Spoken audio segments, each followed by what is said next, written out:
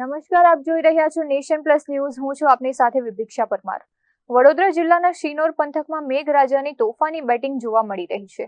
ભારે વરસાદના કારણે શિનોર રેલવે ઘર નાળામાં પાણી ભરાઈ ગયા છે, તો બીજી તરફ શિનોર સાધેલી મુખ્ય માર્ગ પર ખેતરોમાંથી નદીની જેમ વહેતા પાણી રોડ પર ફરી વળતા વાહન ચાલકો ભારે આફતમાં મુકાયા છે.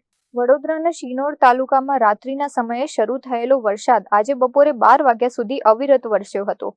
માત્ર 12 કલાકમાં 2.59 ઇંચ વરસાદ ખાબકતા શિનોરમાં મોસમનો કુલ વરસાદ 20.94 ઇંચે પહોંચી ગયો છે.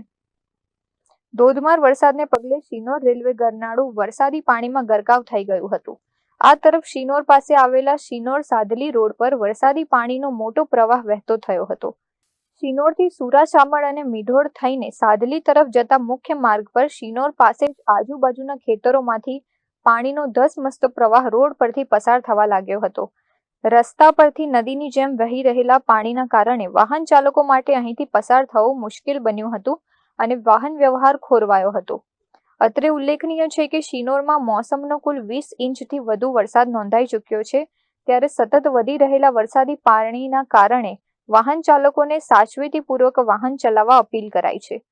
Rahul Prajapati, nation plus news, Shinor. સમાચારોના સતત અપડેટ મેળવવા માટે અમારી નેશન પ્લસ ન્યૂઝની યુટ્યુબ ચેનલને સબસ્ક્રાઇબ કરો, બેલ આઇકન દબાવો અને જોડાયેલા રહો ફેસબુક, ઇન્સ્ટાગ્રામ અને ટ્વિટર પર.